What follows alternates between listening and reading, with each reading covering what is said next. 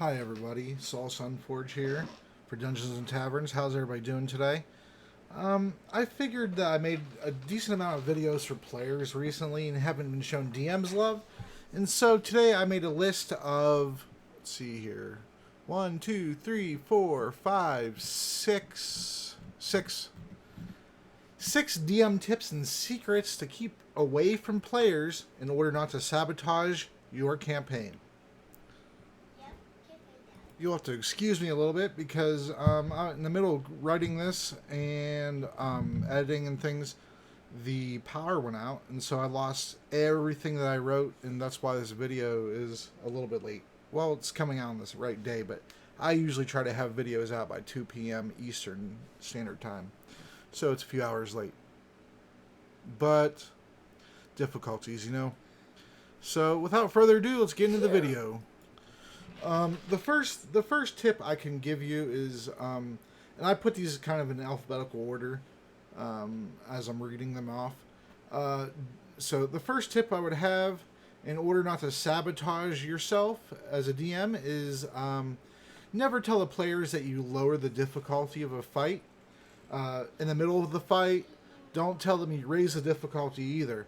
If you tell them that you reduce the difficulty, you're going to shatter their confidence. And you're probably going to ruin their enjoyment if you tell them that you increase the difficulty. They're going to think that you're trying to cheat them, that you're one of the DM adversaries who's against players. As my daughter does everything she can to try to sabotage my videos. But, you know, we're speaking about sabotage, so it's a good segue. But nothing good could come out of you telling the players that you reduce or increase the difficulty of a fight. So just don't do it. For encounters, when it comes to fighting a monster, don't let the players know flat out what monster it is that they're fighting, because players will have a tendency to go look it up, and it's really easy, especially with the cell phones and the internet. They could just look it up on their phone, no problem, and have the monster they're fighting stats right there. Instead, you want to use descriptors to explain them. You know, instead of a beholder, you know, that's your monster noise. Instead of saying that they're about to fight a beholder, you talk about its teeth, its main eye. Talk about its writhing eye stalks on the tentacles. You know, talk about those things. Talk about the height of the character, weighs, any type of unique descriptors of if it flies or it swims or it climbs or it's hairy or it's full of spines or plates, or, you know, all those different details you can mention without mentioning what type of creature they are fighting, because you know, you want to have the freedom in order to change that monster beforehand or during, if you wish to. You know, raise or lower its armor, raise or lower its health, raise or lower its proficiency bonuses, or add new skills, or give it layer actions. And if you give the player the monster name, they're going to look him up, and you'll be able to tell which players looked it up because they're going to act a certain way. Even the most honorable players in a dire situation, you know, where a TPK is looming, the threat is evident, and the players may look up the creature because they have no other recourse to finish up the battle, whether their dice rolls were bad or they just picked a bad battle to get into. And dice rolls. That brings me to my next point. Don't fudge dice rolls. I mean, I don't have a problem with it. I've never done it personally. I don't find anything really wrong with it. It just feels kind of like a cheat mode in video games. I'm the type of person that if I ever have to use a walkthrough or a cheat code, even for a game I've played several times, it always feels like it cheapens the experience for me. The best example I could give you of that, I guess, is Doom. The original Doom. Yeah, I'm old. The original Doom, when it came out, I beat the crap out of the game several times. Primarily, it was the only game I had back then for length of time. And when I found out that the code to go through walls, you know, to have a no clipping mode where you could just walk through the walls.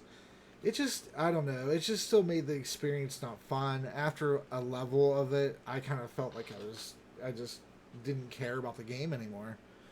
And so I feel like it would have the same effect. If you let your players know that you fudged rolls, they're not going to trust or respect anything after that. Don't let them know.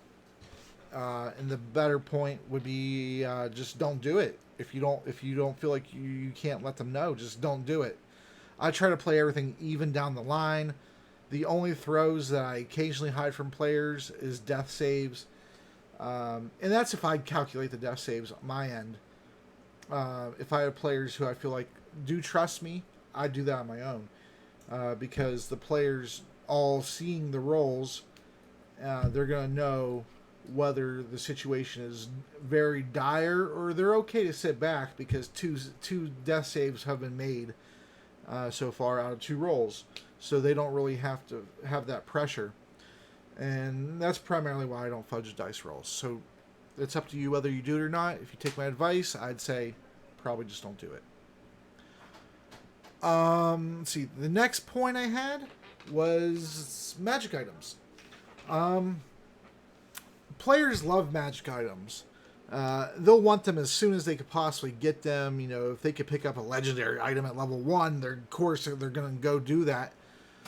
But I would caution you against giving too many magic items and too soon. And that will kind of come with experience. But generally, I would say don't give any type of uncommon magic items. Probably at least until level 4 or 5. Just because it creates like an arms race, sort of. Like, you give the players the magic items in order to make the encounters with the monsters that you plan easier. Medium fights become very trivial. This is before you even factor in player experience. Because very experienced players don't even really need magical items to mess things up. I've said that in the past, that D&D is Wizards of the Coast. Wizards of the Coast is owned by Hasbro. There's a lot of oversight that happens, and very skilled players or knowledgeable players will take advantage of that real quick. And so what you want to do is kind of hold back a little bit on those magic items, because if you give too many magic items too early, it's going to wreck your campaign. It's going to make all those encounters that you worked on or that you're going to work on that much harder, because you need to make the encounter interesting and harder and have the appropriate amount of enemies for characters that you've given increase in their abilities. D&D characters are already essentially like superheroes. Really, about level 3 to 5, they're already more capable than most superheroes really are. And so by you giving them the keys to defeat what you're planning, you're sabotaging yourself, right?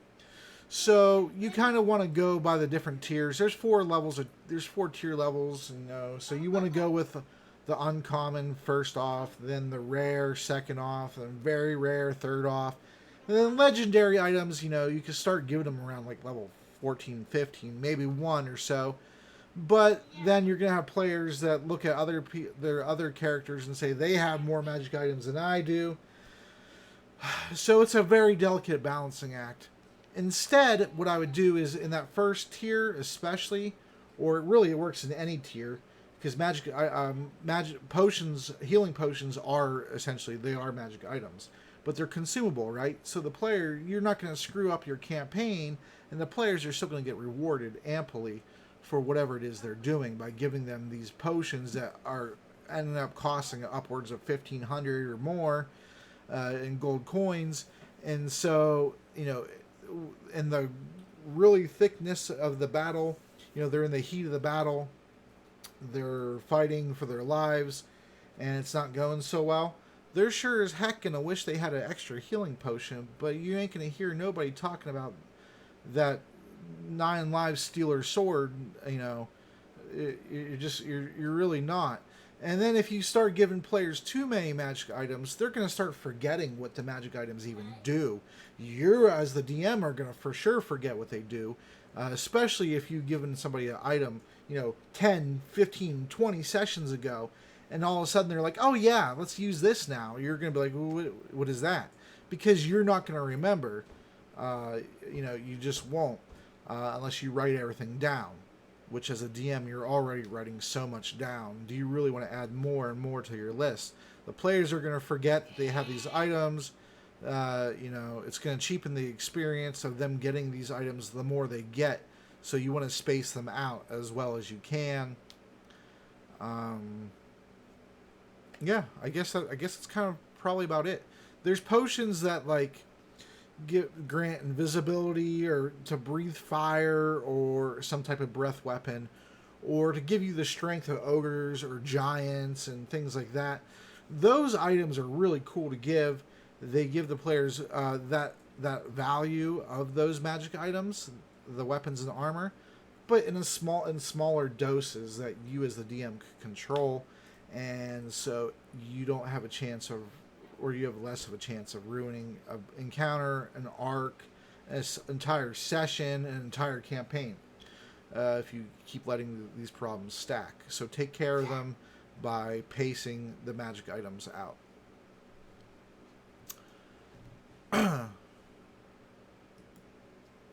The fifth out of the 6 points I have is metagame knowledge. You as the DM, you worked very hard on the campaign, very chances are, especially if you created it yourself. It's not from a module. If you have a really great session, your players will have a tendency to come to you to ask you questions now that the session is over. A good example, the players are at a fork. They have a decision to make, left or right or up, down, low road, high road, whatever. There's a set of doors, a situation in which the players have to choose. Well, they choose one path, but after the session, they want to come back and ask you, hey, what was down the other path? That is something that their character wouldn't know, and so that's something that you should not share. Because players often have a fear of missing out. Well, people in general. It's the reason that's the acronym FOMO exists, is because people are very curious by nature. And you as the DM are very excited that they're into your lore, they're into your setting, they're vibing with your campaign. But if you tell the players what they missed, then you can't reuse it at a later time or in the session or in a different campaign, or add it into something you already are planning, but you want to make it a little bit better. Maybe you have a piece that wasn't used, and so you feel like that would make it better. You can just edit and reconstruct, and there you go. If you tell the players what you already had planned on that other side, you can't really do that, because their chances are somebody's going to remember that was something you already had planned, and so then they find out that you recycled something or whatever, and then they kind of or if the way had like a magic a weapon or armor or something, or a puzzle, or really anything, different encounters, if you tell them those things, what's to really stop them from going back and getting those things? Yeah, it's grimy as hell, it's very shady, but don't put it past your players. If you mention that the other way had some good experience, loot, gold, whatever it is, don't put it past your players to want to go back there. Using their dirty tactics against you. So you don't want to tell them what happens if they would have made decision B versus decision A. Just don't do it. Especially if you have a party that they didn't have a consensus, one or two members wanted to go the way, one way, but most of the party wanted to go left. If you tell them what happened right, And the party members who wanted to go right find out or are listening to what you're saying, they're going to get mad at the party members who wanted to go left.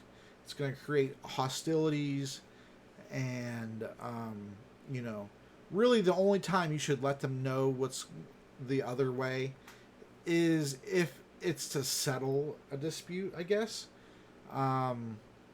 You know, if the party starts fighting after the game, you know, the game's over and they're just themselves fighting with each other, that's probably a situation where you as the DM want to jump in and say, hey, it's fine that you chose this way. Here's what would have happened the other way. The results, you know, you could deal with that as you'd like to. But try to avoid those situations where you are intentionally giving the players the fuel to perpetrate the metagaming. The game of D&D, everybody obviously knows it's a game, but the goal is inside when you're playing the game to make sure it doesn't feel as much like a game. There's my daughter, Callie. Say hi. Wave hi. Hi. All right. I'll give you your juice after I'm done recording, okay? Okay. All right. You got to go, though, because I still haven't really looked the rules up about children being in videos. I don't want anyone to feel like I'm exploiting you. Please back away. Please. Okay, Daddy. Here, I'll open your juice now for you. All right, well, I got the kiddo squared away. So, let's see. Did I finish my point? Yeah, I finished the metagaming point, but it leads into my next point. Planning. After a great session or a character arc, the players will ask you if it was planned or improv. Don't ever reveal to the player your improv. And I have... I'm giving advice, but I have a problem following some of it. I'm working on it, but when the players get very excited, I get very excited in turn. And so when they ask me those types of questions, I do tend to answer them, but my situation may be different than your situation. In my situation, pretty much every one of my players has been or is currently a DM. And so finding people to differentiate between their DM mind and their player mind, you just have to know your players, really, is what most of these come down to. Because a lot of these things can be, you know, yeah, you listen to my advice, but some of it could be disregarded. It just depends on, you know, like I said, your players, your play style. I would never want to do anything to you know, disregard your choices. I'm just giving you choices that I make or have made will help you. You know, most of you. You know, every nuanced situation is different. But if you reveal to your players what was improvised and what was planned ahead of time, they might feel like that, you know, there really isn't too much of a direction in the campaign. Maybe you're just doing things on a whim just because, and they start to doubt your skills, and it's just like this crazy rabbit hole of nonsense that just doesn't even need to exist. And so maybe just, you know, don't share what you improved and what was already planned. Just say everything was planned. It was planned. Yep, it's planned. And, you know, don't reveal any extra details. You know, the players will keep asking you, of course, but just keep saying, "Oh, I don't know. It was planned," or just give vague answers. Don't do what I do. I've shared unfinished maps before with players and things, and I've stopped doing that. It is mostly just because, like I said before, a lot of my players have been or currently are DMs. And so the inclination to share with them is much greater than a set of beginner players who've only maybe done none or just a handful of campaigns. But I'm working on it because when I make these videos for you, I go back and watch them and use my own advice to improve myself as if it was somebody else who was giving me my own advice. And so these videos are made to help me as well as help you. And if they do help you, give me one of these. Drop a follow. Consider letting your tabletop friends or your video game friends know about my channel. I do a lot of things on this channel, not just D&D specifically. Eventually, I'm going to branch out to other tabletop games as well, and I do some other fun things like little D&D raps as the character. Just entertainment. What's it called? Edutainment. To educate you a little bit on the lore of some of the monsters while they are rapping, rhyming, and their whatever voice I give them for the day. But I appreciate all of you. I see my follower numbers growing. I love to see it. It encourages me to know that you're enjoying the content that I'm giving you. And if there's ever more content that you're wishing for, or questions that you may want me to answer for you, just leave them down in the chat. And, I'm a pretty friendly person. I might seem a little bit serious a lot of times, but it's to try to prevent me from doing what I'm doing right now and just rambling. So, I do like to have fun. And hopefully that you guys will get to see that. You'll get to join some of my campaigns. Eventually, I'm going to have a Patreon and things where you'll have maps and NPCs and characters, and you'll get to come into my campaign world and be a player or even just be an NPC or whatever.